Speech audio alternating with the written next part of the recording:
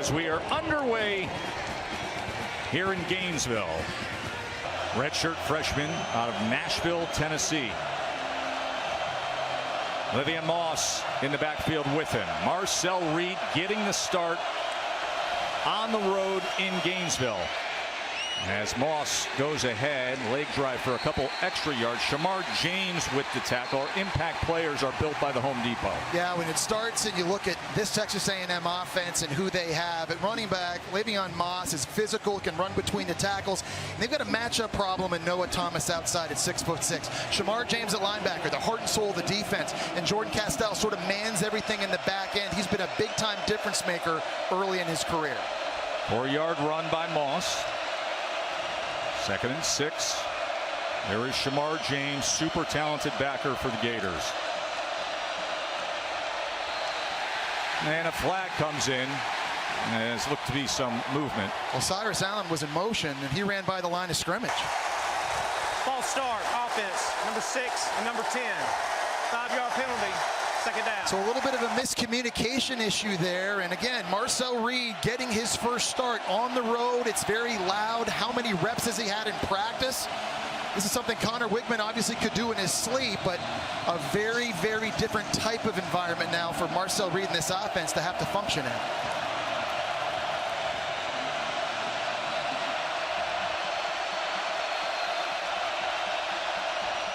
Second and 11. Stay on the ground with Moss in good pursuit. A flag comes in at the end of the play as the tackle was made by DJ Douglas.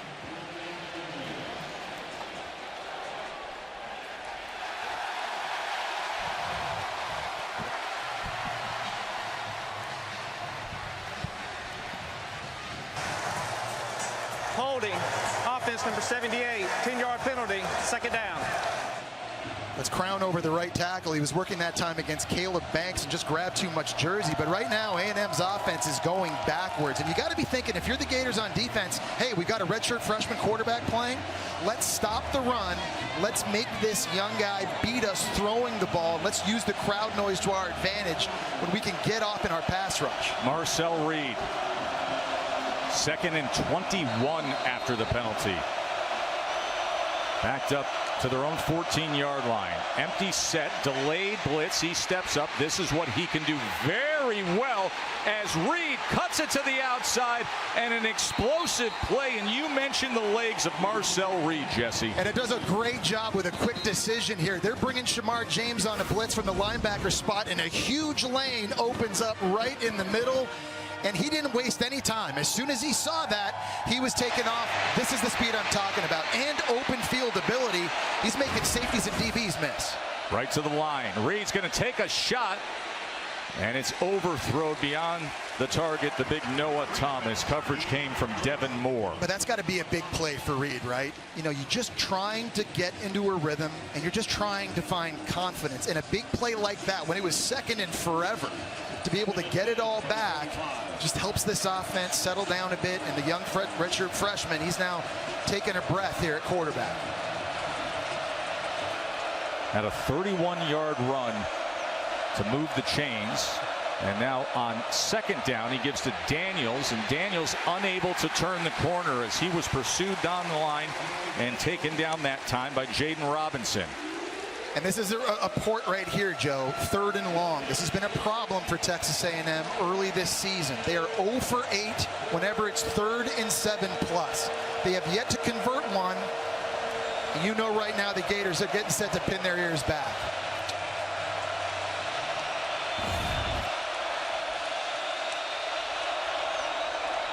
Reed on 3rd and 10. Crossing route is complete. It's Moose Muhammad for a 1st down, and what a nice job by the young Marcel Reed. And a nice job by Muhammad putting on the jets, because the Gators were trying to double him in the back end with bracket coverage on this dig route. Once he comes out of his break, he screams downhill, which gives him a little extra separation. Quick to the line, showing tempo. They go with the bubble screen. This is Barber, and Barber has to fight his way just to get back to the initial line of scrimmage. Aaron Gates with the tackle. Yeah, the Gators now on their heels a little bit, and a lot of that's because of Marcel Reed. Nice job on a scramble on 2nd and long, and then a dagger, literally and figuratively, the dagger route right there on 3rd down.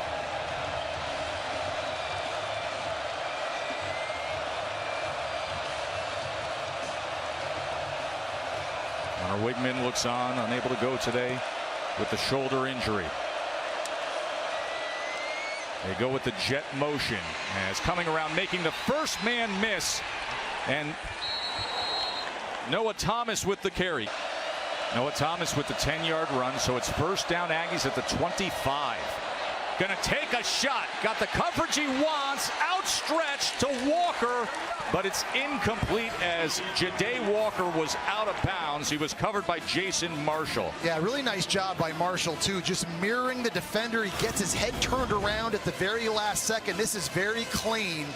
Just not enough space for Walker to work on the sideline. Great job of coverage downfield by the Gators. Colin Klein, the young offensive coordinator. He's got this first drive the way he wants it. 2nd and 10. Can they cash in with Marcel Reed at quarterback? As tackled there in the backfield was Bussey. Nice job by Gates in the slot coming up and making a hit. Now because the helmet came off, they're going to have to substitute a new player on. So here's a question for this Gators defense. Who is the alpha pass rusher up front? They lost Princely Oman Mielen to the portal. He's now at Ole Miss. He had 7 sacks a year ago. In the Miami game, they could not pressure Cam Ward consistently, and he got carved up by Miami's offense. Who in this game up front for the Gators can win on 3rd down? Well, this is a place to find out. 3rd and 13. Let's see who comes after Marcel Reed. Reed, pressure came straight up the middle. And he throws back against the grain and gets it complete to Trey Watson. What a start to the game for Marcel Reed, the backup cornerback turned starter. This looks just like Cam Ward a couple weeks ago in the Miami game. 3 rusher, he's able to extend the play, but he's not scrambling to take off. He's scrambling to throw. Keeps his eyes downfield. And now Moss, as he just barrels ahead for a few yards, tackled by Pup Howard. I got to tell you got to be impressed with this first drive. No doubt. Colin Klein, their offensive coordinator, is doing a nice job. He's being aggressive. They've taken some shots down the field. Marcel Reed's done a good job too, taking off when he needs to. They're 2 for 2 on 3rd down, and they're changing up their tempos. Really good job by Colin Klein right now, just trying to keep this Gator defense guessing. And Jesse, this is their 12th play of this opening drive with a backup quarterback, Marcel Reed, stepping into duty for the injured Connor Wigman. There he is, the redshirt freshman from Nashville, Tennessee. Quarterback run. Nothing there at all, brought down by Moten.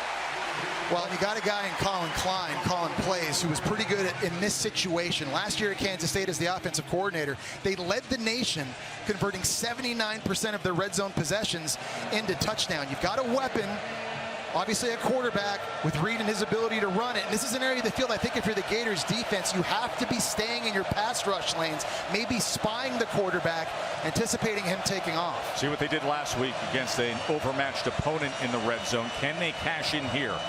3rd and 9. Ari Daniels is in the slot, and now he comes in motion. Reed back to pass, pressured right away. They set up the screen, and heading in is Barber. Touchdown, Aggies. A flag is down. We'll have to check on that. I think it's going to come back, Joe. Theo Mellon Ostrom, the tight end, I think a hold on Sharif Denson. That was the perfect play call, anticipating the blitz. It just couldn't execute the blocks downfield. After the catch, blocking the back, offense number 17. 10-yard penalty, 3rd down. And that is the big Swede, the tight end from Stockholm, Sweden, his 3rd year in the program. It's right over here. They're just trying to get out into space. Denson does a nice job trying to slip it underneath. And the big Swede just didn't have his feet in position. That's an easy call to make. A touchdown comes off the board for the Aggies.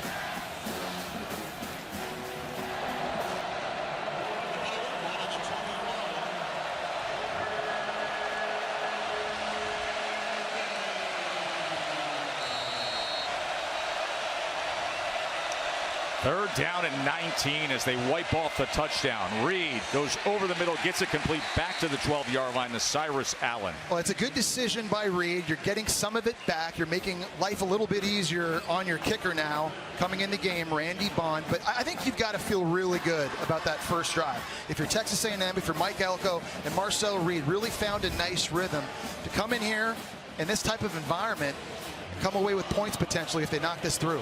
It is the veteran Randy Bond, a 31-yard attempt. He's a perfect 3 for 3 on the year. Good operation and straight through. Mertz, who comes in as the veteran, the senior, who suffered a concussion, missed last week, and all DJ Lagway did was come in and look like a superstar with series of his own today, according to everything we have been told, as Jared Zinkel kicks away. And that's going to bring out the penalty flag. Free kick out of bounds, number 99, kicking team. The ball will be placed at the 35-yard line, first down.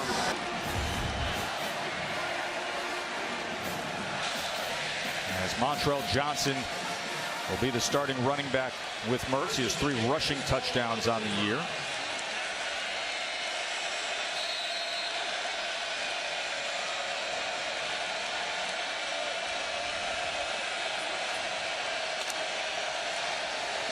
As Johnson will keep it on the ground, just goes ahead for a yard. There's a big injury concern, Katie, for the Gators elsewhere. Yeah, unfortunately, Trey Wilson, Florida's most dynamic wide receiver, will not play today. Billy Napier says he's dealing with a minor meniscus injury. At this point, it doesn't require surgery or a scope. Instead, he got an injection as treatment this week, but ultimately he went through about half of the warm-ups and they decided to sit him down, Tess. And he is by far their most explosive player. Second down and 8, play action. Here's Mertz as he goes underneath to Hansen, and Hansen able to muscle ahead for what will be a Florida first down. Well, Katie, the injury to Trey Wilson's a big one, because you're absolutely right. He is their most dynamic playmaker on offense, period. He's the go-to guy at receiver, a guy that they like to line up all over the field at running back, at receiver, in the slot. And they're very creative in finding ways to get him touches. So now I think collectively, Joe, the receiver group and the running back group, everybody's got to raise their level of play. 11 yards to Hansen, so first down Florida, just short of midfield. Johnson on first down, able to get past the first would-be tackler in the backfield and go ahead just beyond midfield for a gain of 3. Well, it's really important that whoever's playing quarterback, that the Gators can get the running game established a little bit and keep third downs manageable in this game. We're going to talk about this a lot tonight. Texas A&M is an outstanding third down defense because of their personnel and their schemes. The Gators have to be able to run the ball early in drives.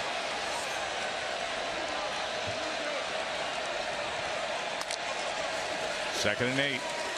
Miscommunication on the mesh point with Mertz and Johnson, and in there straight away was Ratcliffe to make the tackle. So everywhere Mike Elko has been in his career, he's been a third down wizard. He changes up the personnel groupings, he changes up the fronts. You can't tell who's rushing the passer, who's not. He changes up his third down looks through the game. He does it week to week. He's showing you new things you've never seen on film before. They are very, very difficult to prepare for. I think a big reason why Mertz is in this game starting is to handle these situations early.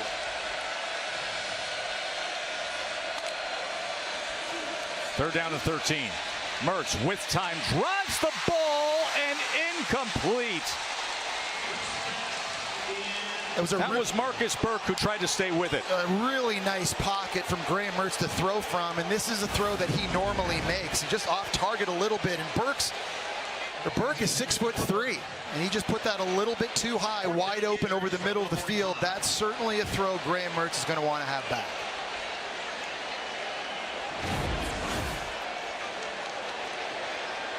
And Jeremy Crawshaw, veteran Aussie, out to punt away. That's Terry Bussey, the sensational true freshman, all everything, do-it-all kind of player for the Aggies.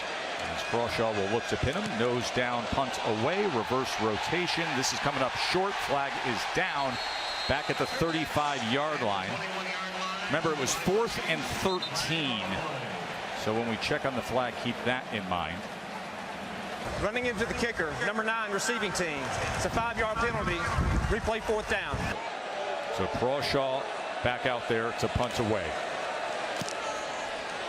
This is a low knuckler that goes outside the numbers, but takes a very generous Florida bounce down inside the 8-yard line. Limited cameras, but give you the best that we can, as there is not a field stoppage yet. However, that could happen, determining how this storm system moves as Le'Veon Moss moves straight ahead and keeps on trucking along. Look at this extra effort by Le'Veon Moss. Unbelievable job, never stopping his feet. He ran right up the middle of the defense and kind of got lost. A little spin move. He was able to bounce to the right side.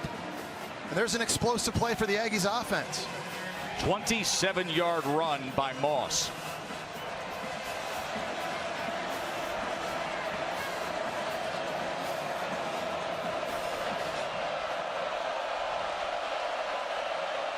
We welcome you to the Swamp. Texas A&M and Florida. First down run here by Moss. He just went for 27 yards. Joe Tessitore, Jesse Palmer, Katie George with you. The big story is just before kickoff, it was announced that starting quarterback for the Aggies, Connor Wigman, is out of action. So Marcel Reed, the backup, has started. And Jesse, on the opening drive for A&M, he brought them right down the field. 14 plays, 62 yards, and cashed in with the field goal. He has looked good. He looked really good and very poised and comfortable, making plays with his legs. Also doing a great job throwing it downfield, particularly on 3rd down. Terry Bussey in the backfield. Marcel Reed at quarterback for the Aggies.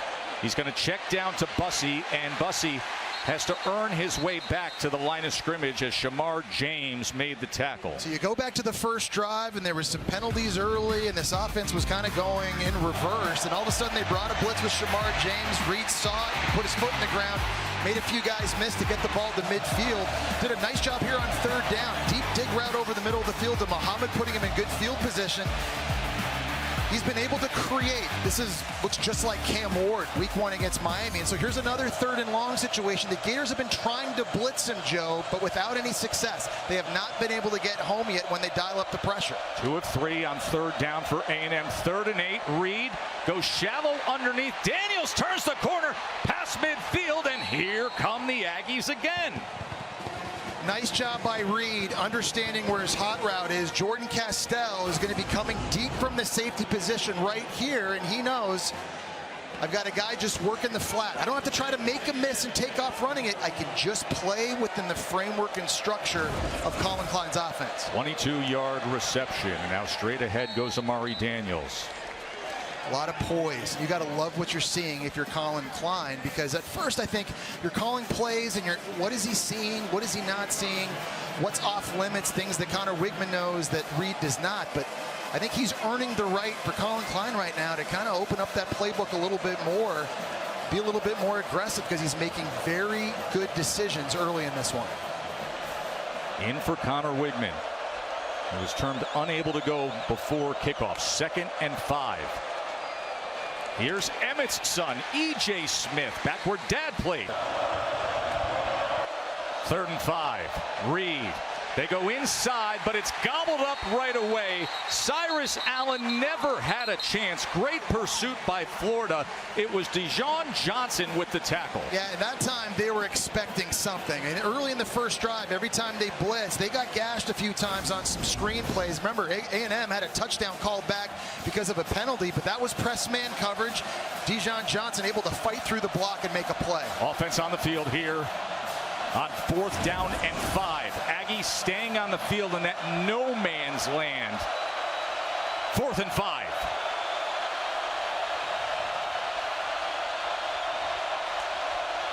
Here we go. 4th down. Reed with time's going to go more than 5, and it comes up empty, but a flag reigns in as Cyrus Allen was in the neighborhood. Well, Cyrus Allen was running a wheel route, and it looks like he got tugged on a little bit that time by Sharif Denson in the secondary for the Gators. Holding, defense number 3. 10-yard penalty, automatic 1st down. I think at the top of the screen you saw it there. Sharif Denson thought that he was going to go outside after he broke up. First penalty on Florida today. A&M already with 4 for 30 yards, but the confidence they have in Marcel Reed and that he has in himself. Remember the bowl game last year? He went for 361 yards passing. First down. He's going to run it himself, and a flag comes down as he goes nowhere. It was Sharif Denson coming around from that nickel position for the tackle.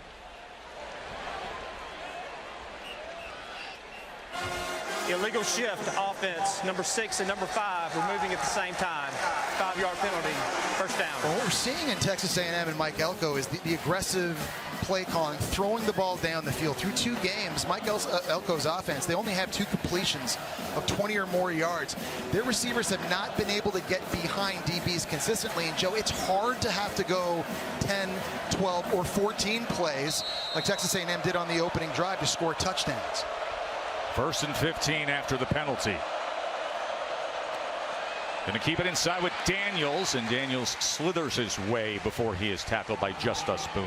For the majority, I think this Gator front 7 has done a pretty good job so far against the run. They are very, very big on the defensive line. It is really hard to get push and to get movement right now. You got big Desmond Watson, number 21, 450 pounds on the field. And generally, wherever that guy lines up, you're probably not going to be able to run it there. 2nd down. Reed, plenty of time to look for an option, and into the end zone. The guy they call Thor, Theo Mellon Orstrom, the big Swede.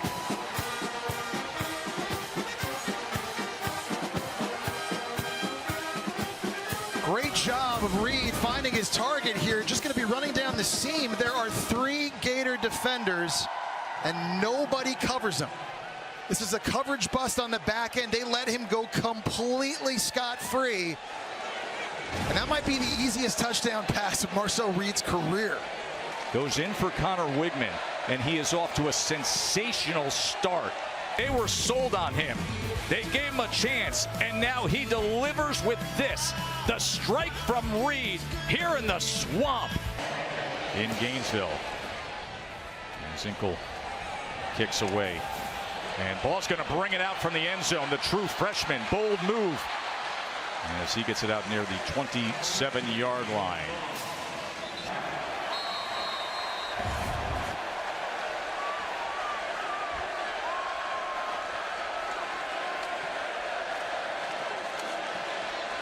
As Johnson's going to be tackled for a loss. That was Scorton with the tackle.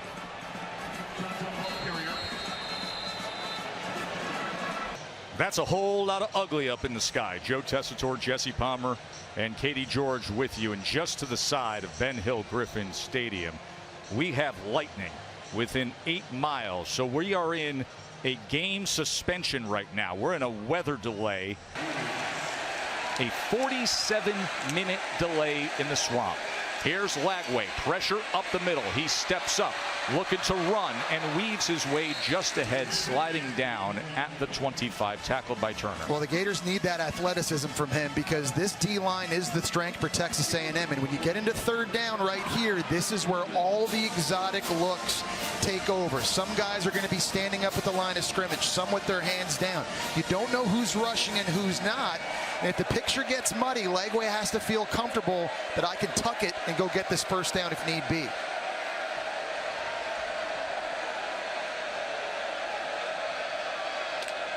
Third and 11 for the true freshman. Lagway pressured straight ahead, survives for a moment before tripped up and going down at the 10-yard line. Shamar Stewart was the first in there, and then Solomon DeShields cleaned it up. Yeah, and it was Solomon DeShields coming from the blitz in the 2nd level. You're going to see him right here. He's going to come up. And then Stewart on that side, Turner on this side, and it's just a meeting at the quarterback. This is a different look than what the Aggies gave the Gators on the first 3rd down of the game. And this is what makes it so difficult to prepare for. Mike Elko is always going to have a package on 3rd down you have not seen yet on tape. So it's imperative that the Gators' offensive line and their quarterbacks are able to communicate. The Aggies win that one. So after a 47-minute delay, that was the offense that was put forth. Here's Crawshaw with the punt as it trickles past midfield, takes an extra Florida bounce. And that is where Texas A&M will start from.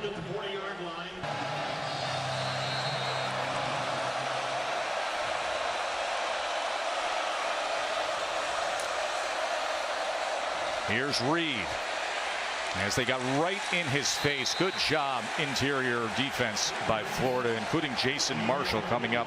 And you can see them talking things over, both Mertz and Lagway on the bench there. Well, they've only been on the field now for 8 plays, so they're trying to kind of dial something up that's going to give them a chance. They're going to be looking at intentional grounding here.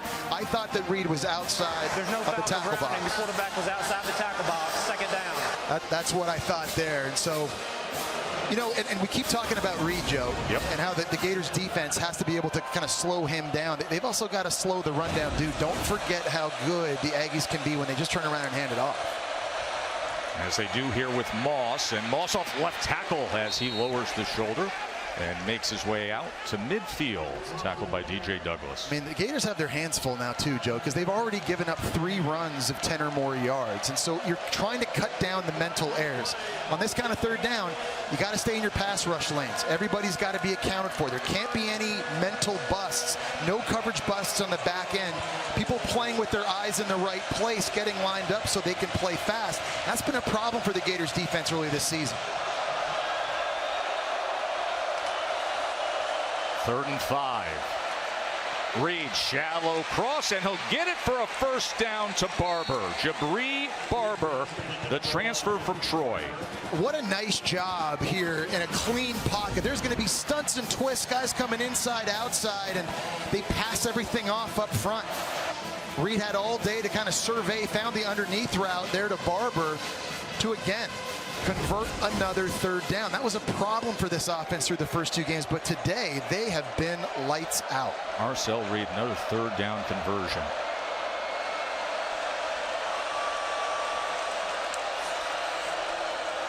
Here's Bussey in the backfield. What a dynamic player he could end up being. Look at him as he keeps his footing, and Terry Bussey, the freshman, showing how versatile of a player he is. Well, I think this offensive line, too, for the Aggies, Joe, is starting to take over. And that was a question mark coming into this season, but they moved Chase Basantis from right tackle over to left guard. And they bring in Coley Fayu and Armaje Reed-Adams through the portal. They've done a good job early this year eliminating negative plays. They have not been a good offensive line 2 seasons prior to this. But so far early in this game, they're having their way. Bussey had 9 yards there. 7 came after contact. And straight ahead, looking to get that line to gain is Amari Daniels. You think about the injuries in this game. Real big news week for both teams of monitoring who could play, who can't play. And the big headline, of course, Connor Wigman.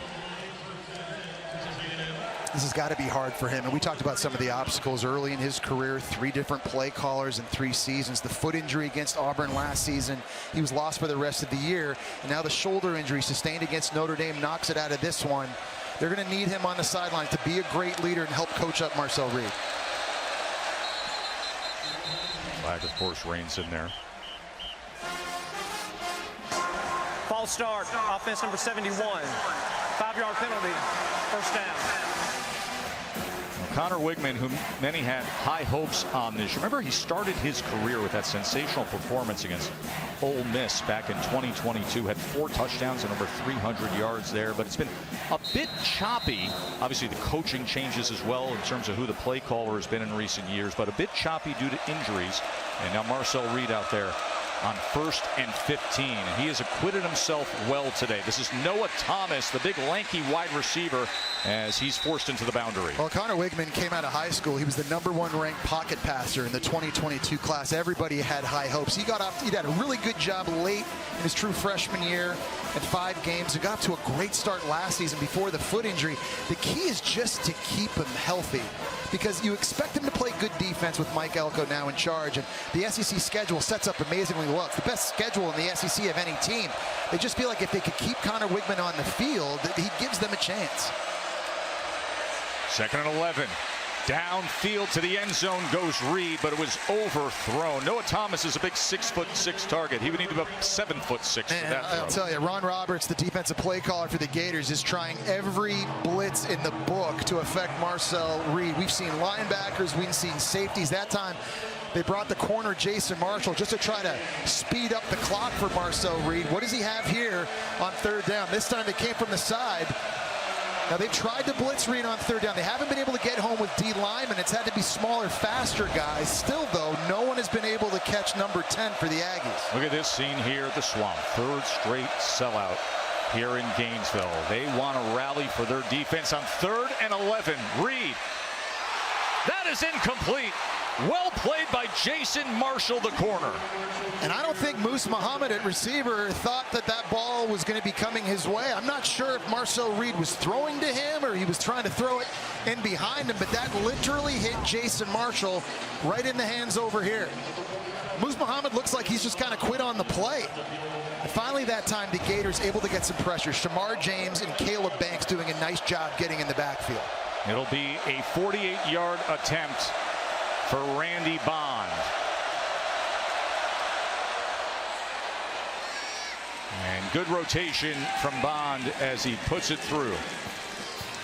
Those Gators need to emerge like that guy. Mertz back in there. He has 1 completion for 11 yards today.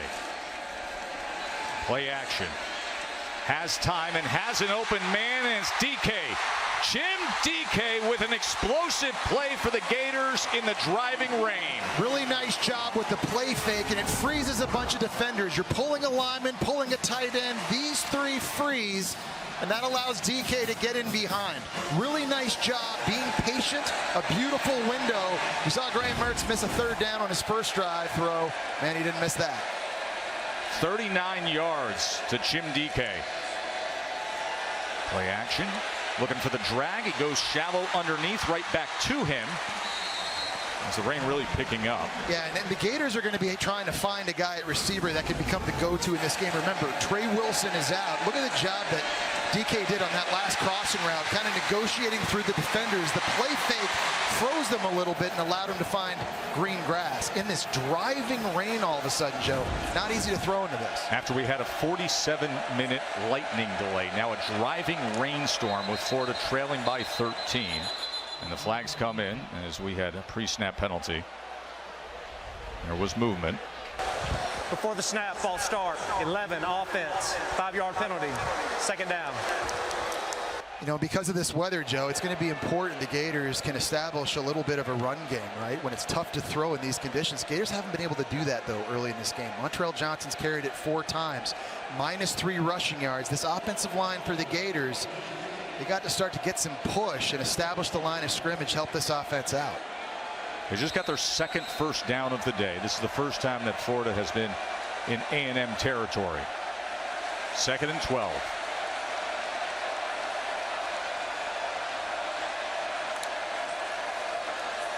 Mertz, play action, pressure up the middle, hit as he throws, and that was nearly intercepted. Bryce Anderson almost had the pick. Yeah, and there was a stun up front on the defensive line. Ryland Kennedy, who this coaching staff believes is going to be special when it's all said and done. Only a true sophomore. They say he has freak show athletic ability, and he introduced himself to Graham Mertz there. Ryland Kennedy, they say he will be the guy everybody's eventually talking about. He made a big play there, 3rd and 12. And here's that exotic look now, a different look again for Texas A&M. Some guys up, some not. And an empty set, only 5 blockers. 3rd and 12. They go with the inside screen to DK. It can't go anywhere. And keep in mind, you talk about this A&M defense. Jay Bateman is the defensive coordinator. He was on this Florida staff a year ago. He knows the Florida personnel inside and out. And that's a great point. And this time it was 22 who drops out Solomon DeShields, and it was not a 5-man rush or a 6-man rush. The Gators thought they were blitzing, so they had the screen dialed up, but Jay Bateman 1 step ahead of Billy Napier and this offensive staff on that 3rd down play call. As the punt team will head on out there. Jeremy Crawshaw on to punt again. His 3rd of the day. There's the young Terry Bussey. He's played some DB, some running back, some receiver. They had him everywhere in fall camp. 5-star prospect, true freshman who is a dynamite athlete as Crawshaw looks for the pin inside the 10.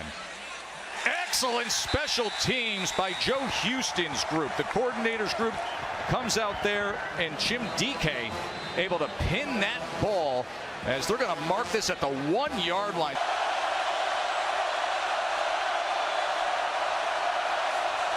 This is going to go quarterback sneak and get the push from Shane Calhoun, the big tight end. You're trying to get yourself some breathing room down here at this area of the field. If you're Colin Klein, offensive coordinator, this is an area where defenses oftentimes like to play press man-to-man coverage and load the box, anticipating that you're going to run. So I wonder if Colin Klein feels comfortable enough with his redshirt freshman quarterback to throw something out on the perimeter of the field in this area. He's 9 of 14, 103 yards, touchdown. Had a big 31-yard run earlier today. They have shown confidence in him before. Let's see if they do from his own end zone as they keep it on the ground with Moss, who gives him breathing room and more. Le'Veon Moss, what a run.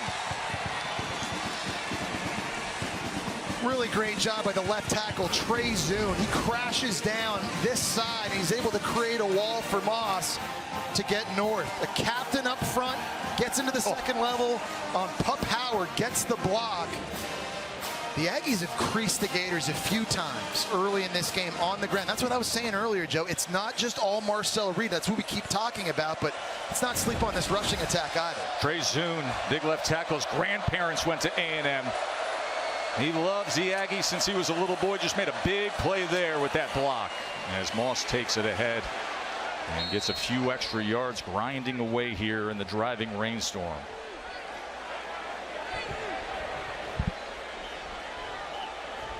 You see just how explosive Mike Elko's offense has been in this game. Only 2 plays of 20 or more yards through the first 2 contests. Already has 4 here today. Throwing it and running it. Some have been running back runs. Some have been quarterback runs. They've had really, really good balance offensively.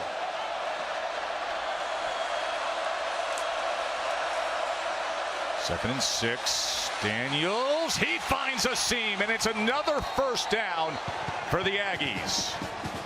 Well, it's not just offensive linemen, but tight ends got to get it done too. Remember Theo Melanostrom? He had the touchdown catch early. Look at the right side up here, doing a nice job of creating a lane for his running back to go through there. It's not just the 5 big fellas, but the tight ends, the guys that are connecting to that O-line on the outside. They're getting it done as well for Texas A&M. 12-yard run for Amari Daniels.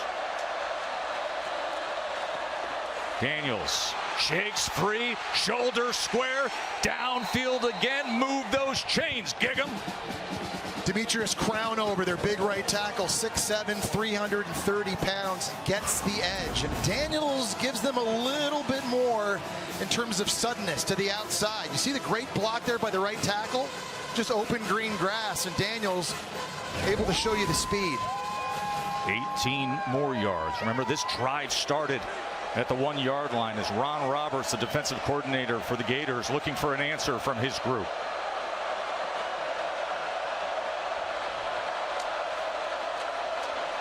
Marcel Reed designed quarterback run as he goes for a couple yards before he is driven back.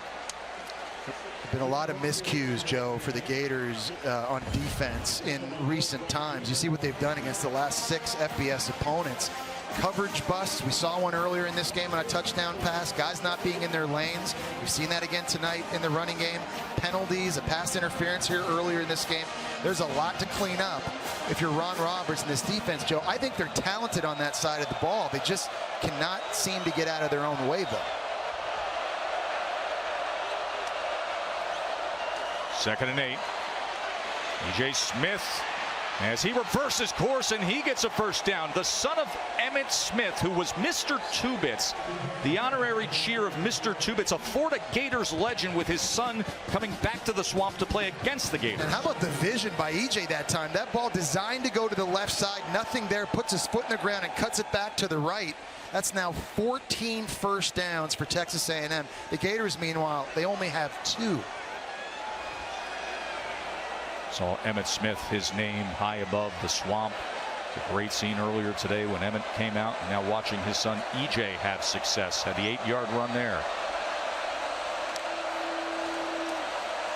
Again Smith, and again a good hole off right tackle. You know, Joe, people remember Emmitt Smith, what he did with the Cowboys, right? All-time leading rusher in the NFL and 3 Super Bowls and MVP. People forget what he did in Florida, though, in the late 80s. At a time when the Gators really couldn't throw the ball, everybody knew number 22 was getting it, and they still could not stop him. Was the SEC most valuable player in 1989, playing back at a time, Joe, where there was AstroTurf. Oh, yeah.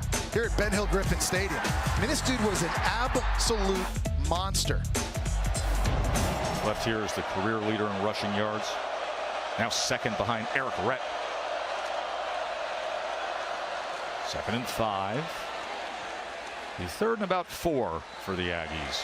But the good deal is because you've had success running it here on this drive, you're setting this 3rd down up to be something manageable. And this down and distance, if you're Marcel Reed, you're expecting man coverage. So the play call comes in from Colin Klein, and you got to be thinking to yourself, where are my man beaters? Where are my matchups? Noah Thomas at 6'6" is now back on the field. That's a problem for any DB because of his length, and he's a guy that likes to line up in the slot. And if you get that man coverage, he's hurt defenses in the past going downfield.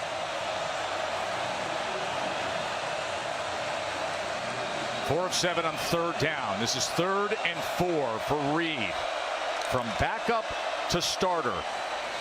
As he gives it to Moss. Oh, he keeps himself, and comes to the near side. And let's see the spot here as Derek Wingo makes the tackle. Yeah, nice job by Triquez Bridges, the transfer from Oregon, with speed coming downhill. You got to do that. You got to rally to the football very quickly when number 10 keeps it. They're going to mark it just short of that line to gain. The 2-minute timeout in this first half that had a 47-minute delay. After further review, the ball carrier did not make the line to gain. It'll be 4th down at the 22.5-yard line. As you look at this again, you see his knee goes down. He was actually turned opposite to the end zone. The ball was actually back a little bit, maybe to where the edge of that SEC logo was. So they got an extra O lineman on the left side. 4th and less than 1. Daniels, first down with these Aggies. Move those chains. That's exactly where they ran it to. They ran it to the side where there was 4 offensive linemen lined up together. It was big number 75, Cam Dewberry. Normally a backup guard coming in and getting a block up on a linebacker and just caving in the entire left side of that Gators D line. Look at them getting pushed on big 450-pound Desmond Watson. Not easy to do. You've got to be impressed with the Aggies up front.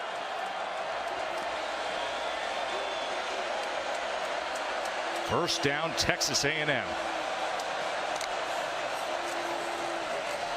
Here's Moss trying to turn the corner, but he just slipped up as Justus Boone got a piece of him, and a flag is down at the 20-yard line. I think they're going to get a hold on Chase Basantis, the left guard for Texas A&M. It's a big break for the Gators defense. You're the Gators. You need to stop the bleeding. You need to, at worst, give up a field goal here in this situation. You're going to get the ball back first in the second half, but being down 2 possessions makes you feel a whole lot better than giving up a touchdown here to the Aggies. It's Texas A&M program that has struggled on the road in recent years and playing some sharp ball here at the Swamp. And not easy conditions to do it in. Oh, and a personal foul. Foul. Tack it on.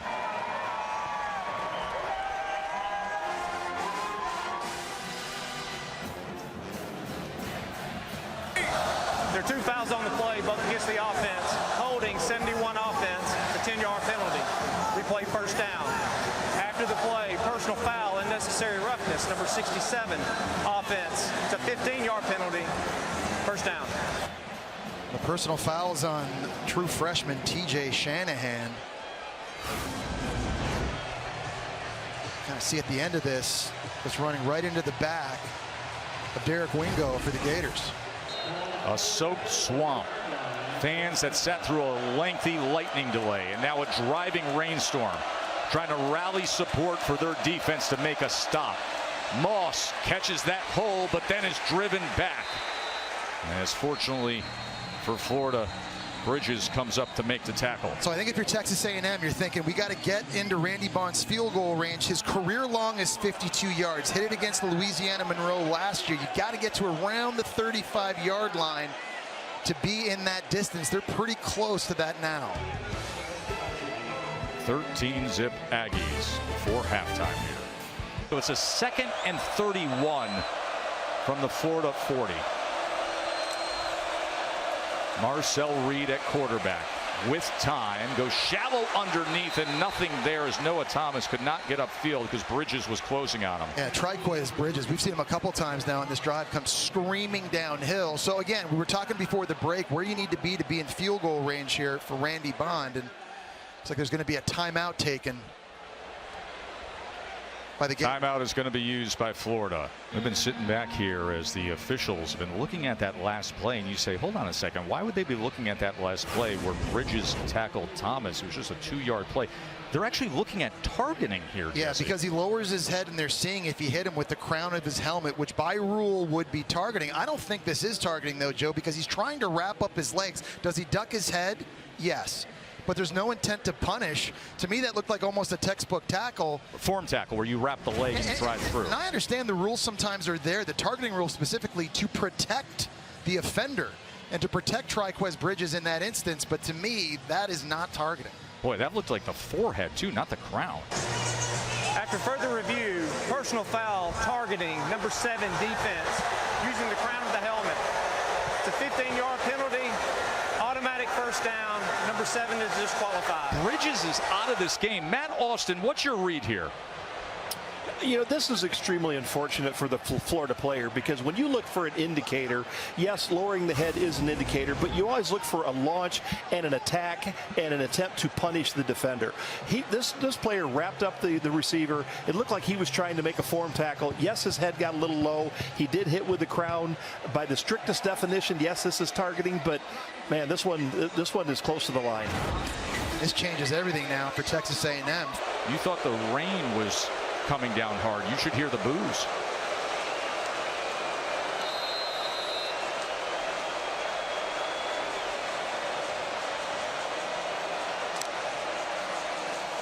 First down, Reed as he overthrows the intended target, and a flag comes in. Trey Watson, and flag is at the 15-yard line where Watson was streaking down the field. It's a flag fest. They're going to get Derek Wingo at linebacker for, I think, a defensive hold on Trey Watson. Holding. Defense number 15. 10-yard penalty. Automatic first down. So Wingo's playing linebacker, and he's got the tight end out of the backfield. He might have thought he was running a flat route. When Watson turned it up, Wingo wasn't there and wasn't ready, and he did reach out right over here and actually grab the jersey. That was the correct call, unlike the targeting we saw a couple plays ago, in my opinion. Here are the penalties that we have today. Billy Napier, it has been a struggle every which way. The penalties have been a problem, Joe, for them early this year through 2.5 games. Remember the 2 roughing the passer penalties against Miami that led to touchdowns? Critical junctures in that game as 7 well. penalties against Samford last week as well. It's not been clean in this first half. First down, A&M. Reed. And look at his ability in that push. Oh, that extra push from the Aggies. We'll see where they spot this ball as they're running in. Looks like they're marking inside the 1-yard line. Yeah, really nice play design by Colin Klein here. They're bringing the jet motion across, and that's freezing defenders. Take a look at this again. I don't know, Joe. He may have surfed the wave of offensive linemen and defensive players right in. And it's wet down there, and there are players slipping and sliding all over the place. I don't know that any part of Marcel Reed Florida had touched the turf.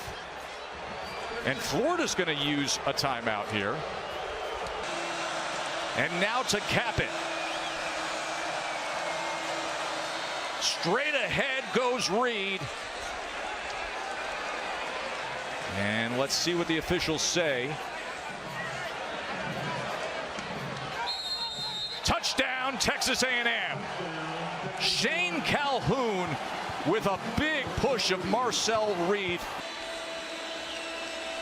And then in the end, The push of Reed right in and over. Bond hits the extra point, and they come out here to Gainesville, and they have looked so strong in this first half.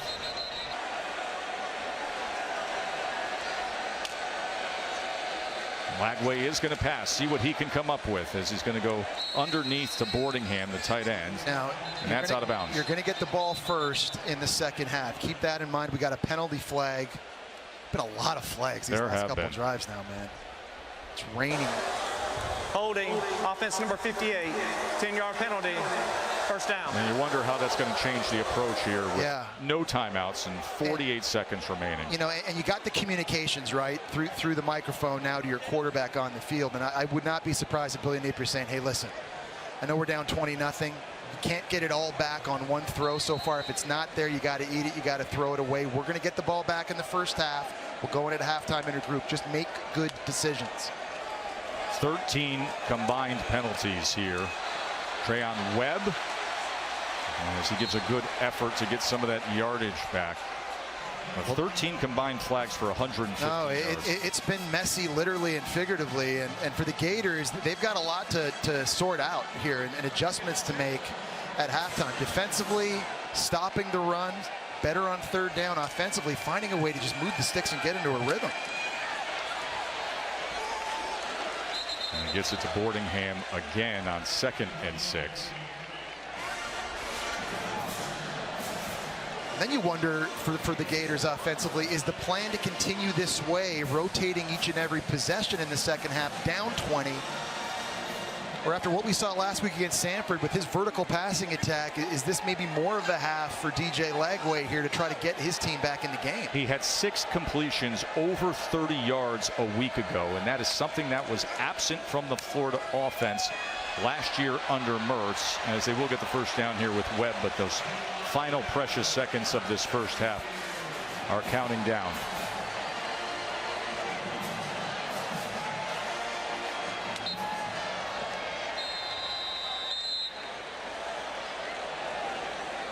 The story of the quarterbacks today, of how would they split it, and then the story for Texas A&M of finding out their starting quarterback couldn't go, and yet it's Marcel Reed who comes out and really has looked the part. And Texas A&M, you know, listen, there was a lot of confidence with the Aggies coming into this game. Yeah. That Notre Dame game was there for the taking very late into that game week 1.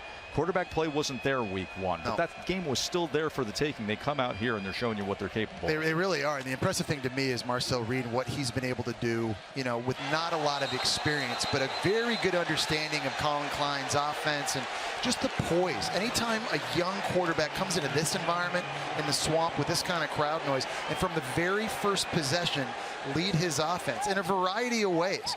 I know DJ Lagway and Graham Mertz, that discussion was really what dominated the headlines coming into this one, but Marcel Reed is stealing the show for Texas A&M. He is. Marcel Reed with the touchdown pass, the touchdown run, had a 31-yard run in this first half. Everybody had high hopes for DJ Lagway being the breakout star today, and it's been Marcel Reed as he goes underneath again to Boardingham, quickly to the outside. As 3 ticks of the clock remain in this first half. Jess, it had a 47-minute delay, so it's as if you had an extended halftime, and now you go into another halftime. Which is a good point, and I think you have to give Mike Elko and his coaching staff credit. During that break, he kept his guys locked in and dialed in here, and they've played very well since the break. You're anticipating Hail Mary time now for Florida. DJ Lagway, he obviously has the bigger arm. Yeah, he has the arm to get it done. Going to crank it up and send it downfield into the end zone, where it is intercepted, and that is how the first half will come to an end, with Marcus Ratcliffe with the pickoff. Billy Napier was thinking, hey, there should have been a pass interference on this last play. Yeah. Seems like the calls have not been going the Gators' way, especially at the end of this first half. But you can't blame it on the referees. They just got to execute better on both sides of the ball. Katie's with Coach. Thanks, Tess. Billy, you get the ball to start the second half. What do you need to see from your offense to find a rhythm? Well, we've only had the ball, I think, maybe 15 plays in the first half. They've had it 50, right? We got to get some stops on defense. We had multiple opportunities to get off the field. And we need a little bit of rhythm, right? I think we've been shooting ourselves in the foot, but there's no question up front we've got to play a little bit better so we can get some rhythm. Will we see the similar strategy with both quarterbacks in the second half? Yeah, absolutely. Very similar. Thank you. All right, thank you. 10 straight true road game losses for the Aggies, but can they manage this to a win against a struggling Florida squad right now that has to find answers? Trell Johnson, -3 yards on 4 carries. That has got to change here in the second half. How about the fact this is only their 20th play of offense of the day? Mertz back to pass. And he's able to connect with Jim DK. Jim DK, the big transfer from Wisconsin. They love his attitude. He says he's been better than expected as a team. Well, and he's the guy that I think has really stepped up in Trey Wilson's absence. Remember, their best player on offense out with a knee injury in this one. That already the 4th reception for the 5th-year senior Wisconsin transfer, and he's done a lot of his damage down the field. And Trey Wilson III is out injured, and I think that's playing a big role today. I give credit to the Texas A&M defense, but Jesse, I want to ask you something about Trey Wilson not being in there. As they come end around with Hawkins, Tank Hawkins, the true freshman, he is wrestled down after a gain of maybe 1.5 yards, 2 yards. Trey Wilson is really the guy who you have to game plan against. He can stretch the field. He's dynamic. Who is that guy now? It doesn't even exist. Well, no, you saw Tank Hawkins there, the true freshman. They're giving him a jet sweep. That play normally goes to Trey Wilson. And in a game where you're struggling to run the ball, when you talk about offenses always having extensions of the run game, bubble screens and split screens and swing passes, handoffs to Wilson out of the backfield. He was that guy, and they don't have the Swiss Army knife that they normally have at their disposal.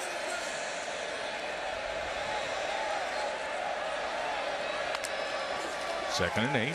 Mertz, quick strike, goes to the slant, threw it behind the target, but it's bobbled and caught, and Badger may take it. Just what Florida needed. A flag comes down at the 13-yard line, but sometimes you need a break, and they just got one. The slant was thrown to the outside, and yet Badger stayed with it, and they likely are walking this one back.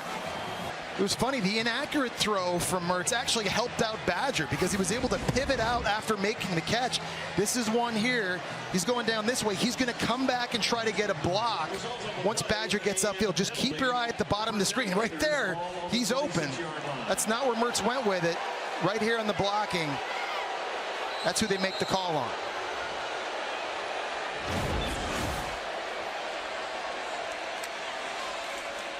So the short pitch now, as Webb will tiptoe the corner, or Badger will tiptoe the corner. Got to have it. And Joe, that's about as good as it's looked for the Gators running this so far. Nice job by Austin Barber, the left tackle, pulling out around, getting a big block on a DB Will Lee that time. Trey Webb goes for 9 yards. And here they are now, knocking inside the red zone. This is easily the best the Gator offense has looked in this game.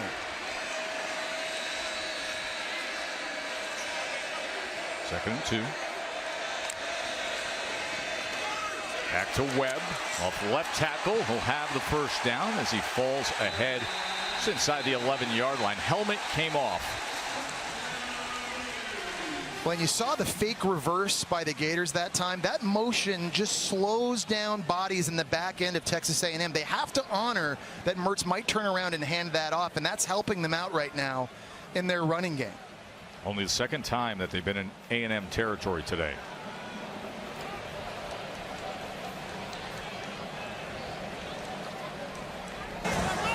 Personal foul, face mask, defense number 27. Half the distance to the goal, automatic first down. Number 5 for Florida to come off, and he may remain in the game. That was on Jaden Hill, the former Gator. Started 25 games for the Gators in his career, transferred into College Station. He's now getting an opportunity to go up against some of his old buddies and teammates. I haven't seen a lot of the calls go against A&M in this game, but it's a big one there. 2 former Florida Gators on this defense. Of course, the Texas A&M defensive coordinator, Jay Bateman, was on the staff here at Florida a year ago. Pre-snap penalty. Najee Harris, left guard for Florida, flinched. False start. Offense, 77. 5-yard penalty. First down. Yeah, it just feels like every time the Gators take one step forward, and they haven't had a lot of steps forward in this game, they're taking 2 steps backward. Not a place that you can afford to have the miscues. Najee Harris, only a true sophomore, very talented young player, but everyone has got to dial in down in this position on the field.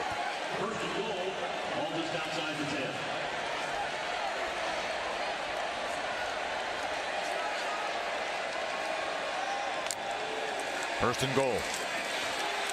Johnson tackled for a loss. They came surging in immediately. York cleaned it up. If Scooby Williams, the former Gator, in that time, they're trying to pull a guard and an end, but they're not fast enough for the former Gators. Scooby Williams showing you his speed. He completely blows that play up in the backfield. Playing against his old team, and he gets it done there. Now it's second and goal.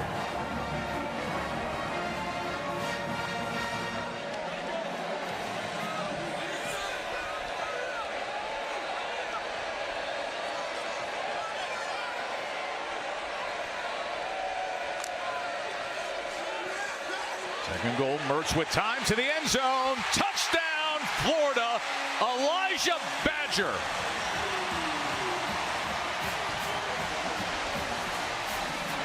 From the lack of offense to the weather, they just couldn't find their gear. And now here, early in the third quarter, they get it. Really nice play design by Billy Napier and the Gators. The play fake to Johnson, it froze Javon Thomas at corner, number 14 right here. They're going to fake this here.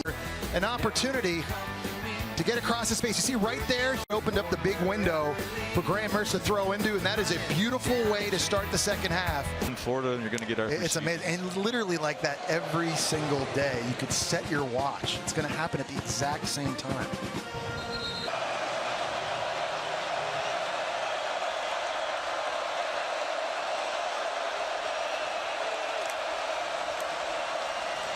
Moss straight ahead, and he is met right in the pocket by Pup Howard. Well, I think if you're Texas A&M now with the lead here in the second half, you should just make Florida prove that they can stop you running the ball. That last drive was a master class. Up the middle, started at the 1-yard line. Let's bounce it outside with Daniels. We've got Bell going inside. Let's get E.J. Smith, Emmett's son, going as well. Beautiful cutback, and they marched it down the field. 15 plays, taking up almost 7.5 minutes. I think that mindset, that should not go away here early in the second half. Reed on 2nd and 8, launches it downfield, wide open is Allen. Cyrus Allen cuts back and takes it right in. Marcel Reed responds like that. A 73-yard touchdown, Cyrus Allen. Go for Dose, brought to you by Dos Equis. And you look at that scoreboard and you say, hey, why not make it 3 touchdowns? Looking for the 21-point margin as he is wrapped up, only went ahead for a yard before the traffic got awful thick with DJ Douglas making the tackle. But Jesse, 49 seconds after Florida gets their first score and the A&M offense strikes. Well, it's DJ Douglas. He's got his eyes looking in the backfield at this fake. What he's not ready for is Cyrus Allen running that way. And you're going to see he just gets fooled. He's not playing the man. It's too late. There's nobody in the deep third for the Gators picking that up. That's the second coverage bust Texas A&M has taken advantage of for a touchdown pass. The Gator defense had 2 of those in the first game against Miami, and the mental errors continue for Florida. Jesse, Marcel Reed, who we found out just before kickoff was going to get the start for an injured Connor Wigman. This is the backup quarterback. You ever think you'd be saying that? And ball is going to take it out from the end zone. The confident true freshman as he spins his way past the 25-yard line. Oh. Unbelievable drop there. Lagway scrambling, throws it high. and unintended. But listen, you know, I mentioned it. There's a lot more. I know you're going to bust my chops over the white suit here, which is unbelievable Godfather reference that you just busted up. I took my jacket off to just make it work between you and I. Look, right now, it's the same. This is the same color. Tony Montana, mojitos and cigars. We had an unbelievable spro during the lightning break. Thank God. But there's a lot more that goes into a road win than you think about. And you can see they're trying to solve the puzzle here with what they've done in managing things to get ready for this. Montrell Johnson now into the teeth of that Aggies defense. And that was Albert Regis, who's a Werfel Trophy watchlist, because Danny Werfel, one of the greatest community servants in the history of college football, right here in Gainesville. Yeah, and he's a guy that does a ton of community service for the Aggies. A great job. And now here come the Aggies again with these crazy looks on third down. Nick Scorton, their big transfer from Purdue, led the conference with 10 sacks a year ago, lined up one-on-one outside Austin Barber on the left side. DJ Ladway, the true freshman quarterback from Willis, Texas, just 64 miles away from Texas A&M, now facing the Aggies. 3rd and 10, tripped up, chased down from behind as the sack comes in with Cassius Howell getting him. Well, that's a play Montrell Johnson has to help out his right tackle right here. He has got to help chip and set an edge before he releases. Did not do a good enough job. Right there, you've got to give more. It came a little bit late, good coverage downfield, and Lagway was forced to hold on to the football, but Cassius Howell, the transfer from Bowling Green, able to stay with the play, show great effort. This third down defense, man, it has been a bear for the Gators to handle. Crawshaw punting to the guy who was ranked as the #1 overall quote-unquote athlete in the nation, and that's Terry Bussey, the do-it-all versatile player for the Aggies, who comes up with the catch but is torn down right away at the end of that punt. Marcel Reed, been one of the big stories of the day back at quarterback. Quarterback running, here goes Reed. And look at him weave his way for 9 yards there. Tackled by Searcy. A reminder coming up tonight on ABC. It is Saturday Night Football presented by Capital One. #1 team in the land. Carson Beck, there he is in Lexington to take on Kentucky. Of course, you can find every live event with where to watch. That's on the ESPN app and ESPN.com. ABC is where you can watch #1 Georgia tonight. How about Georgia? They've won 27 straight regular season games. Tough to win in college football, and they do it consistently in the regular season. Reed extending the play. He's going to tuck and run and just scoot out of bounds. Yeah, and just no panic, right? I mean, everything starts to get messy, and he's not spinning out of control and throwing it up into traffic. He's got big Desmond Watson up in his face, and he just sees a lane to the right and just gets what he can get. It helps keep this drive manageable and the play call manageable for Colin Klein. Colin Klein's trying to help him out with his play calls, but his redshirt freshman quarterback has Colin Klein's back as well. Redshirt freshman quarterback that most did not expect to see until later in the week. We started hearing rumblings that Connor Wigman wasn't good to go, and then it became official just before kickoff as Walker gets the carry here. Marcel Reed, by the way, a little bit of championship pedigree in his background. Good league there in Nashville. He was at Montgomery Bell Academy, and at Montgomery Bell, he won a state championship his junior year. And was recruited by a lot of people. The #4 ranked dual threat quarterback when he came out. Bama wanted him. The Gators wanted him. Billy Napier and this staff made a hard push, chose College Station. Aggie fans right now really happy they did. 3rd down and 4.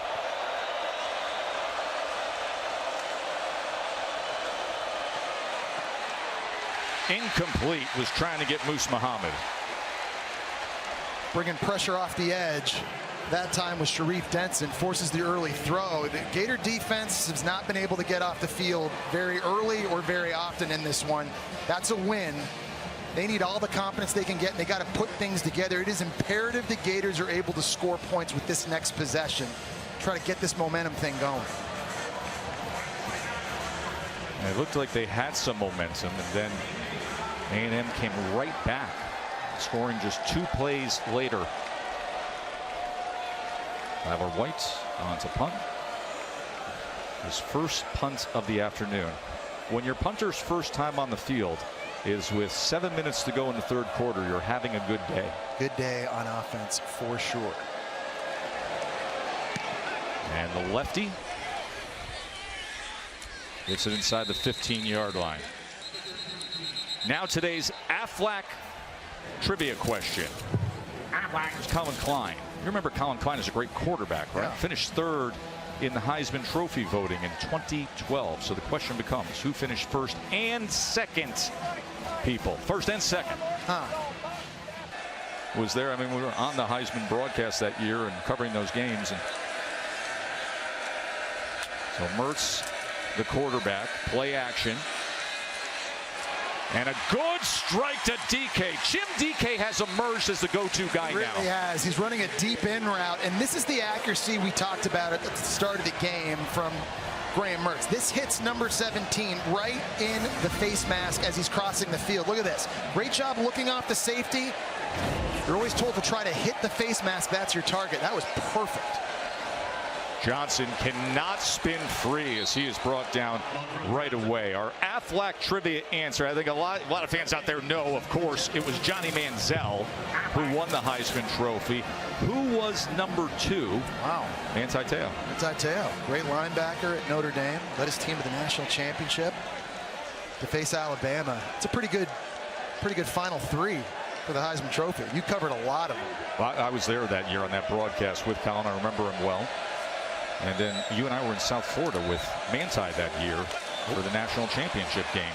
Trey Webb, after slipping down as he spurts ahead for what is a Florida first down. I wonder if his knee was down there. I have no idea, watching that live, how Trey Webb did not fall down. His knee did not hit the ground. Watch this. That's amazing. Slides and then kind of runs into Graham Mertz, and still the true sophomore is able to keep his balance, and he actually tackled himself. Had he not tackled himself, there was a lot more yards. Review. It's like the ultimate balancing act if he wasn't down here. Watch the knee. This is incredible. Yep. Yeah, right there. His left knee goes down. Bare spots out there. You can tell guys are trying to clean their cleats when they come off the field so that they get more traction. But yeah, things don't look great after what was a really heavy downpour for almost a whole entire second quarter. 47-minute delay. Review, the ball carrier was down at the 31-yard line. Which makes sense, yeah. Yeah, his left knee does go down right here at that spot, and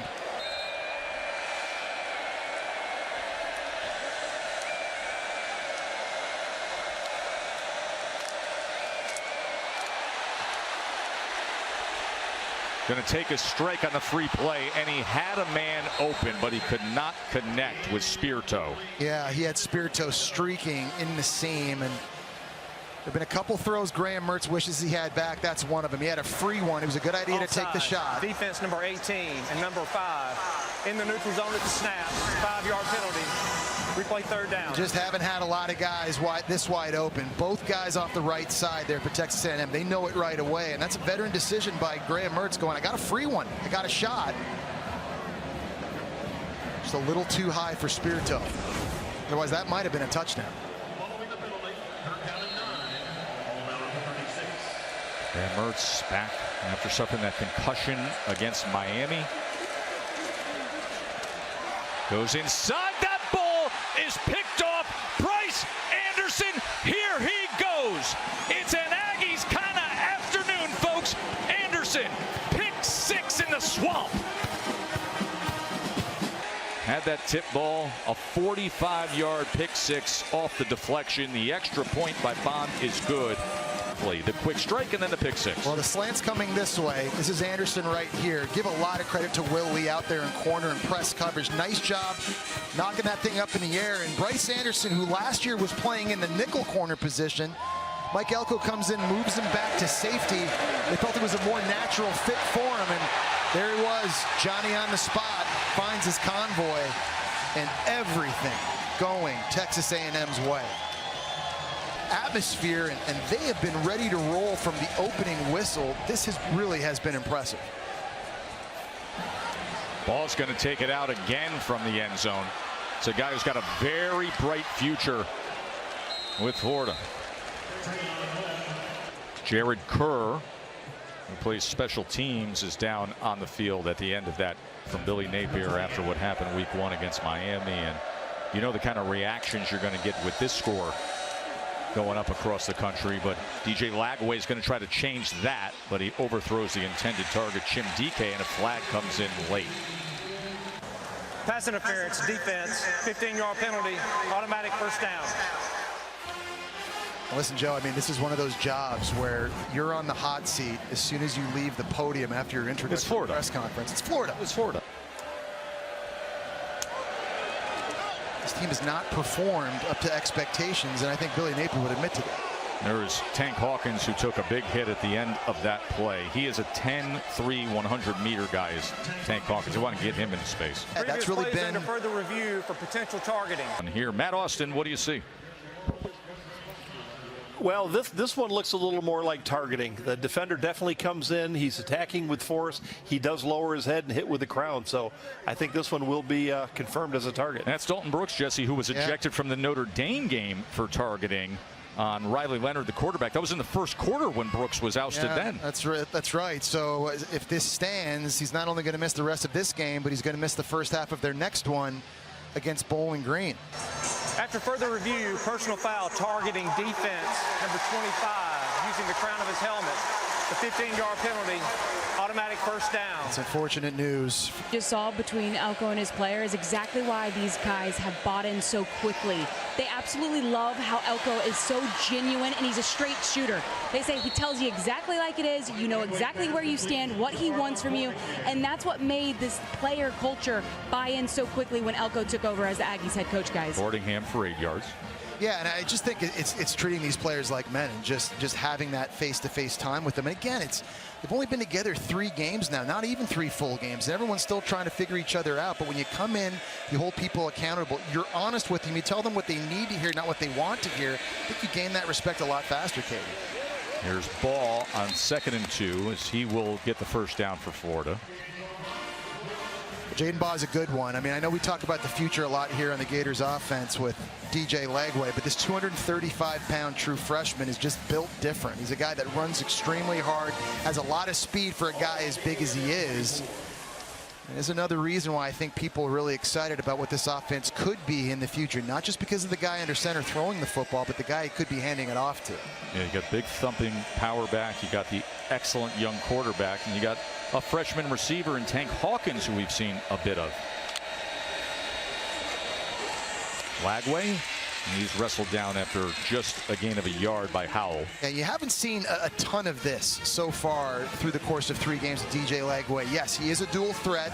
He is dangerous with his legs. He is not an explosive runner, though, at 240 pounds. He's kind of more of those in between the tackle QB power like what you saw, which situationally can be a big advantage for Billy Napier in the offense down the stretch. But, you know, doesn't have that dynamic game-breaking speed as a runner yet. Second and 9 for Lagway, the true freshman. That ball, it may have gone off the helmet of one of the linemen as he was trying to go on the shallow cross to Hayden Hansen. Yeah, that definitely came out funny, and I think it just slipped out of his hands. Wow. Honestly, we talked about this being a wet football. He's trying to go up top,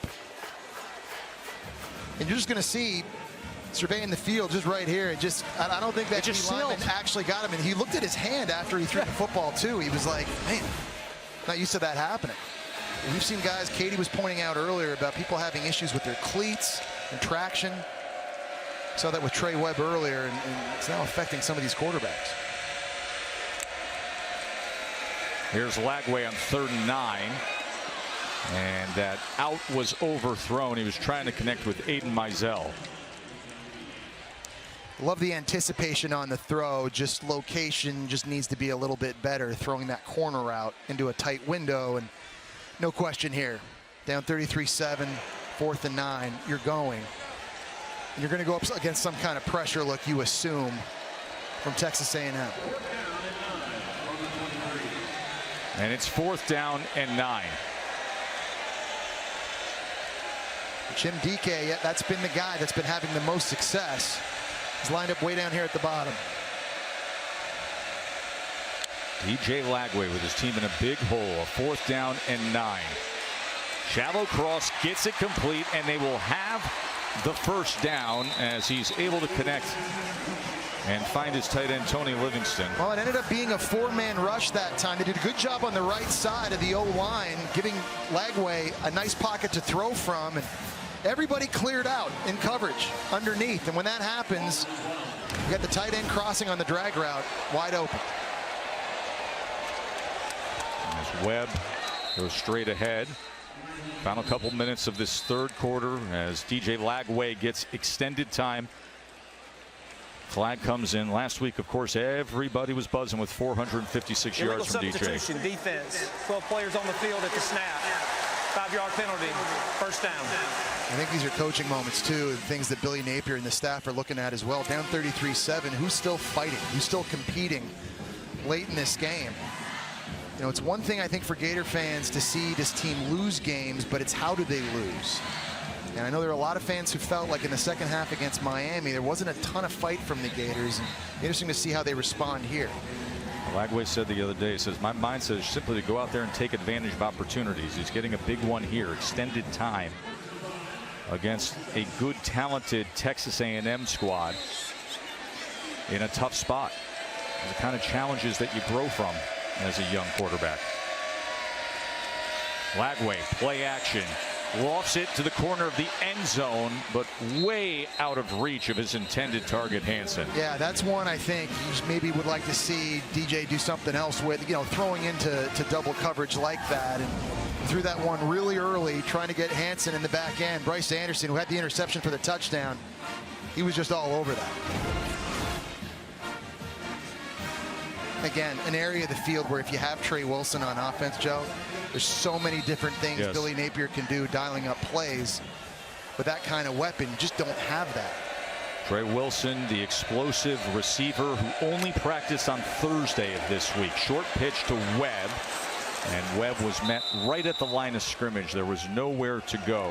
There is Trey Wilson, who last week, Jesse, had six catches for 141 yards and an 85-yard touchdown. Yeah, listen, Ricky Pearsall gets drafted in the first round by the San Francisco 49ers, and right away, Trey Wilson became the go-to guy for Billy Napier in this offense. And you know, he's just the guy they need on the field because he's a threat to hit a home run every time he touches the football. He's that special and unique a player.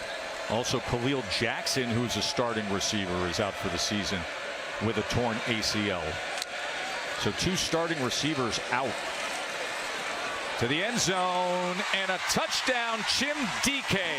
DJ Lagway to Chim DK. Really nice job by Lagway that time, buying time and just buying himself more time, floating back in the pocket, letting DK clear all the way across the field on the crossing route. Did he get his feet down here? Another good job by the offensive line with protection. Crenshaw Dixon just hanging on. Lagway able to just kind of roll that over top of the defense. Just need one down in college. Yep, got the left one down. DK's been the guy that's emerged. The fifth-year senior transfer from Wisconsin. They forgot about him in the back end, and he's been their biggest weapon in the passing game. Trey Smack will add the extra point. Now it's 33-14 with just over a minute to go in the third quarter at the end of that 10-play drive, the touchdown by DK.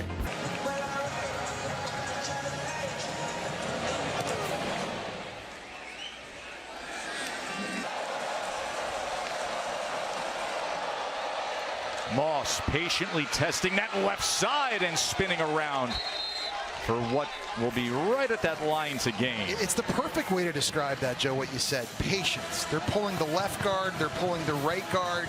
He's just letting the hole develop in front. When he sees it, puts his foot in the ground. Young running backs, they get excited. They just want to hit the hole as fast as possible, try to score a touchdown.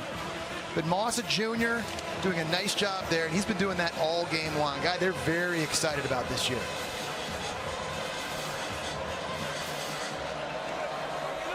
83-yard day for Le'Veon Moss.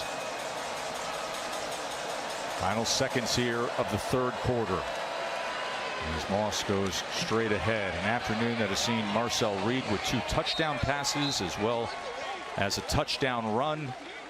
A Texas A&M team with 409 total yards to Florida's 207. But the faithful love singing Tom Petty, one of the new age traditions in the SEC.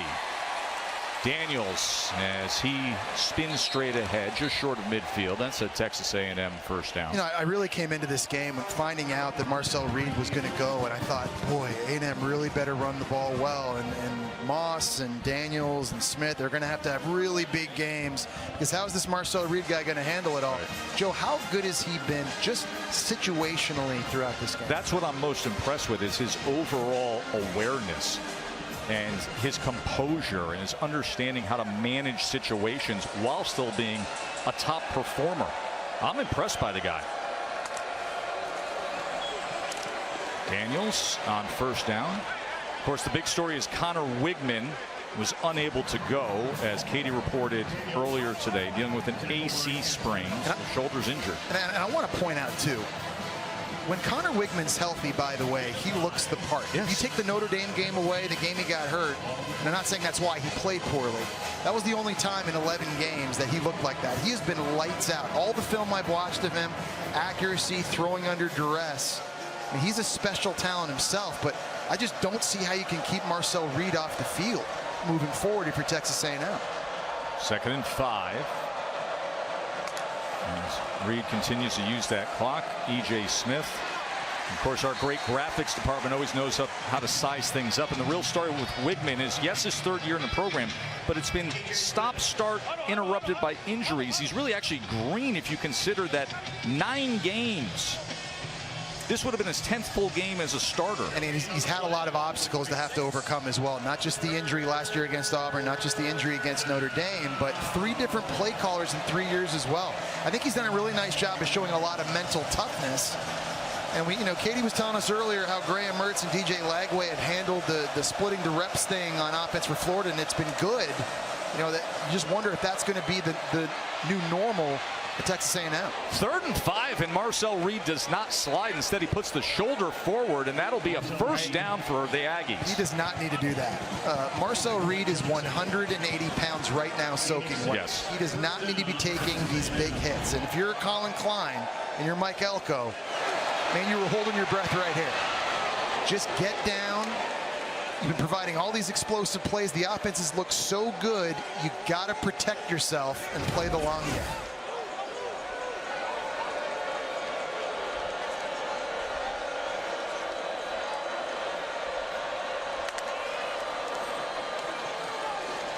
As Smith goes ahead and continues with the leg drive to the 34-yard line. I love that play call. I know it's like that play just gains a couple of yards, but last game they handed off to Terry Bussey, the wide receiver, on a jet sweep. He took it 65 yards for a touchdown. Florida obviously watched that on film. Colin Klein is just throwing everything at the Gators defensively in the run game, and it's the volume. It's handing it off to Moss and Daniels and Smith, and we've seen receivers get involved with jet sweeps. We just saw Marcel Reed a moment ago. And as every game goes on, there's a volume and a library now of running plays that Colin Klein's putting together on film that defensive coordinators on their schedule down the stretch are going to have to get ready for. 2nd and 3. Moss, another first down, and just the totals keep rising, and the total yardage, the rush yards. I mean, when you compare the rushing yards in this game, 261 for A&M to 22 for Florida. And how about when you compare the schedules of these two teams? You said it a couple times tonight, yes. Joe. Florida has the toughest schedule, not just in the SEC, but the country. Look who A&M does not have to play. Georgia, Bama, Ole Miss, Tennessee, and Oklahoma. It is tough to have an SEC schedule and say, ooh, we dodged one there. But in many ways, they did. I mean, the SEC schedules are brutal. It is impossible to get through the season when it comes to injuries and who you have to play week after week, and yet it's somewhat more manageable for A&M. Yeah, and then look who they get to play at home at Kyle Field. You get Texas. Well, I mean, you get LSU, you get Missouri. Bowling Green, by the way, do not sleep on. They gave Penn State all they could handle a week ago. Joe, they may not get an SEC schedule this good for another 25, 30 years, maybe ever. That's true. That's how good this thing lines up for them. I am so thrilled that with all the plot twists of conference realignment, We got Texas and Texas A&M back. I'm with you, 1,000,000%. I've called that game multiple times on Thanksgiving. With a lot of our crew here that we have with us today, I am so happy to have that back. That is, I mean, you talk about the short list of the greatest rivalries. Forget college football. I'm going to say American sports. And the environments, too. In Austin, I can't wait for that. College Station, man. Just that time of year, we missed that for years. Going to take a short break as the Florida training staff is out onto the field. Check on that. Come right back to the Swamp. Under 9.5 minutes to play. 3rd down and 4 for the Aggies. Daniels, as he is tackled down from behind by Jackson after a gain of just 1. Big Cam Jackson, 342 pounds, 6'6" frame. Yeah, and they just haven't had enough. I mean, they've got the guys who look the part getting off the bus. Florida does up front. They just, in this game, haven't been able to stop the run consistently, have not been able to get pressure on Marcel Reed, and that's been a problem. Obviously, we saw it against Cam Ward in Miami. There's some issues right now with execution in the front 7 of this Gator defense.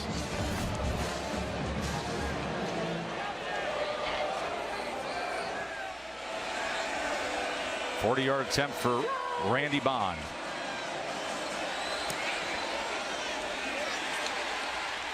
And Bond off the mark to the left.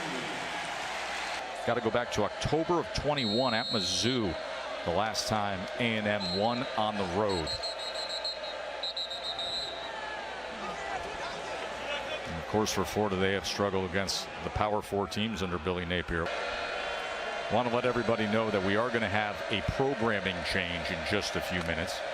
If you want to continue watching this game, Jacoby Jackson takes the carry for Florida and fights for really good extra yardage. If you want to continue watching this game, you can join us on ESPN Plus as we'll bring you down the home stretch and what Texas A&M is hoping is a nice, easy lane in to take on Kentucky right here on ABC. And we will not waste your time and get you right to seeing Carson Beck and Georgia, the #1 team in the country, right here on ABC in moments. Badger with the reception. Again, this game will be moving over to ESPN Plus. I'll say this, and I know that the question will be out there, what's going to happen at quarterback moving forward for the Gators. I think they should continue playing both Graham Mertz and DJ Lagway. We know Lagway's the future. I think Mertz has done enough good things throwing it in this game to keep getting reps, especially next week at Mississippi State. 12 yards, he went to Badger there. Here he is on 1st down, throws it to the outside to Boardingham. I mean, the pick 6 was kind of an unlucky play, an incompletion that gets popped up in the air.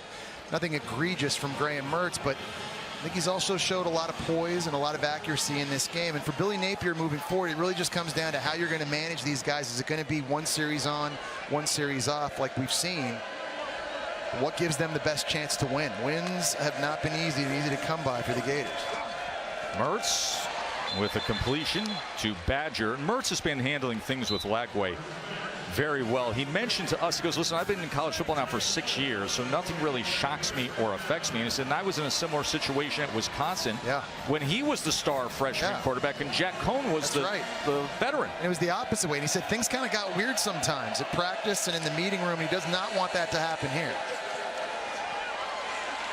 As he connects with Boardingham again, and he turns upfield for. And I give him credit because I've been in his shoes rotating, and I'll tell you, it's really, really hard when you know the other guy is the future, and you watch what he just did against Samford, and every time he goes in the game, he gets a standing ovation from the crowd. It's hard not to look over your shoulder. And I had Rex Grossman behind me my senior year, and earlier in the season, I remember thinking, this guy's going to be the runner-up for the Heisman Trophy next year. He's going to be a first-round pick soon. If I throw a pick or if I get sacked, I'm coming out of the game. Here's Jackson. Jackson bounces it and lowers the shoulder and tries to spin to the 10-yard line. As we will get you set for Georgia and Kentucky, the #1 team in the country, right here on ABC.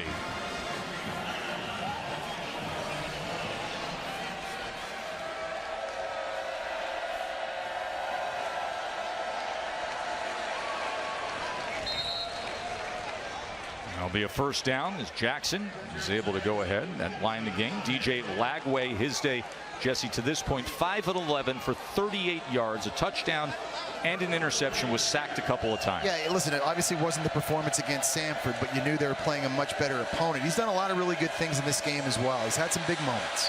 Mertz is going to tuck it, run it. Ball came out. Let's see where they marked that.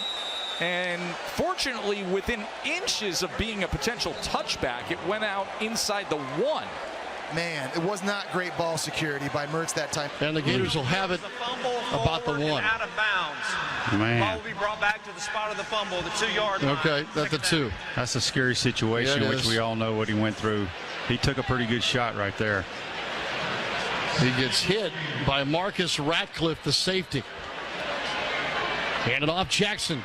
Started left, cuts back right, and wiggles into the end zone. Touchdown, Gators.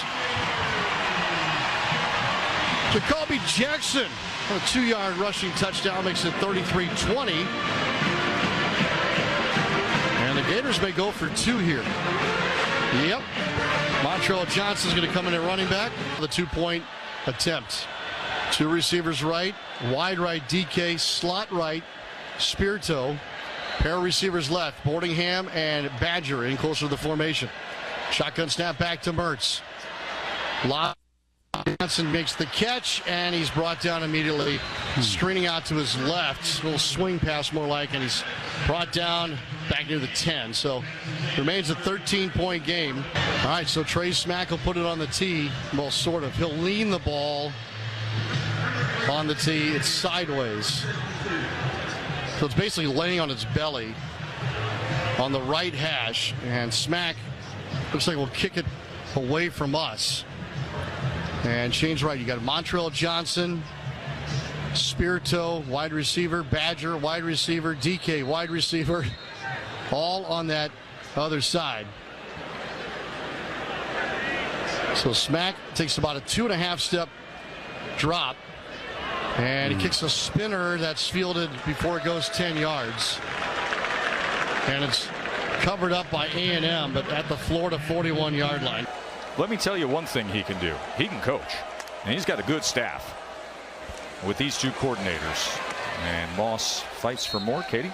Well, baby steps, right, guys? Yep. I mean, part of the narrative was coming in and breaking the SEC road losing streak today. And Mike Elko said, the road games last year weren't the easiest slate A&M's been through, but the year before, he said, there were some ones you definitely needed to win. And he said, I think there's a degree of difficulty on the road in this conference when you're a very average up and down team. He said, it's hard. And I think that's what we've been the last 2 years.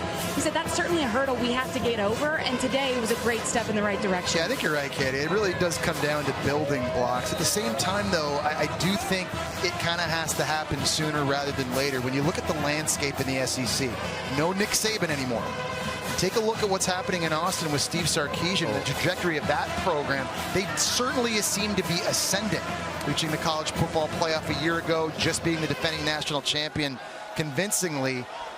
You got to win sooner than later, I think, if you're Mike Elko.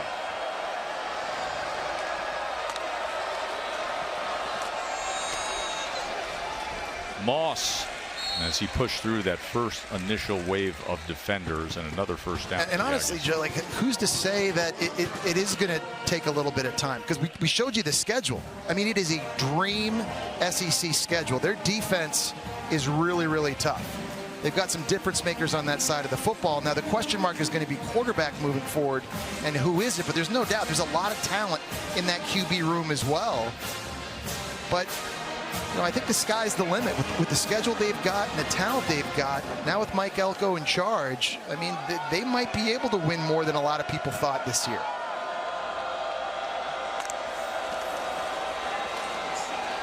Moss continues to get work here. Le'Veon Moss, sometimes you look up at the box score and you're like, oh, wow, that guy has that. He's just been coasting along, getting consistent carries in this game. He's got 109 yards. Yeah, chopping wood. And he's been sharing it, too. I mean, he's normally the feature back in this backfield, but we've seen Armani Daniels going. We've seen E.J. Smith going. Lots of athletes here for A&M as we go to timeout. And here he goes again. Florida, you open up with Miami. You get Samford, you look great. You come back with A&M, who's hungry for a win in what is the #1 ranked strength of schedule in the country. Yeah. Florida Gators. I mean, just no automatic wins outside of Samford, really. And yeah, it's either a great lat stretch or I think he's watching Georgia. You think that's a lat stretch? I don't know if try to help my guy out. Oh. Let me tell you, I'm gonna. You want me to size that up for you? Sure. I'm gonna size that up for you. There you go. He started at the tailgate at about 11A, right?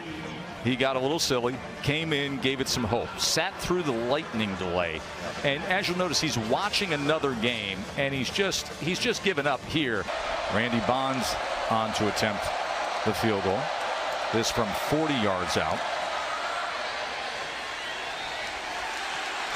And that just leaked out to the left. DJ Lagway comes in at quarterback. 3:41 to play, trailing by 13, and the true freshman with an 8-man drop takes a hit as he gets rid of it and gets it complete to Badger for a first down. Man, that was an unbelievable spin move off the left side by Cassius Howell, and he hits Lagway right in the back, but what a bullet that time by Lagway, fitting that into Badger right between two defenders. At arm talent, you just can't coach it. Here's Lagway now. That ball is picked off. That is intercepted by Thomas, and Texas A&M will take over. Spirito's on the route, and he just kind of falls to the ground, and it's Johnny on the spot. Javon Thomas picking that off.